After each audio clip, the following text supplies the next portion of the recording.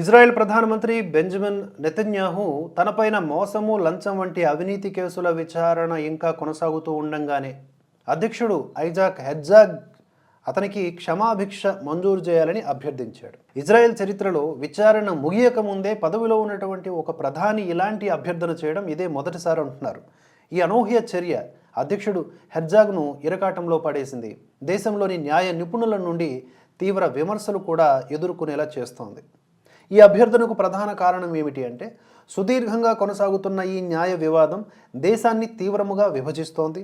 దీనిని తక్షణమే ఆపడం ద్వారా విస్తృతమైనటువంటి సయోధ్య అనేది ఒకటి సాధించవచ్చు అని చెప్తున్నారు నెతన్యాహు. వారానికి 2-3 సార్లు కోర్టు విచారణలకు హాజరు కావడం వలన దేశం కీలకమైన భద్రత, దౌత్యపరమైనటువంటి సవాళ్లను ఎదుర్కొంటోంది. ఈ సమయంలో తాను సమర్థవంతంగా పాలన కొనసాగించలేకపోతున్నాను అని చెప్పి ఆయన పేర్కొంటున్నారు. అయితే తాను ఏ తప్పు చేయలేదని, ఈ కేసు కేవలం రాజకీయ ప్రేరేపితమైనదని ఆయన గట్టిగా నొక్కి చెబుతూ క్షమాభిక్ష కోసం నేరాన్ని అంగీకరించే ప్రసక్తి లేదని మాత్రం స్పష్టం చేస్తున్నారు. సాధారణంగా శిక్ష పడిన తరువాతే క్షమాభిక్షలు ఇవ్వడం ఇజ్రాయెల్లో సంప్రదాయంగా ఉంది.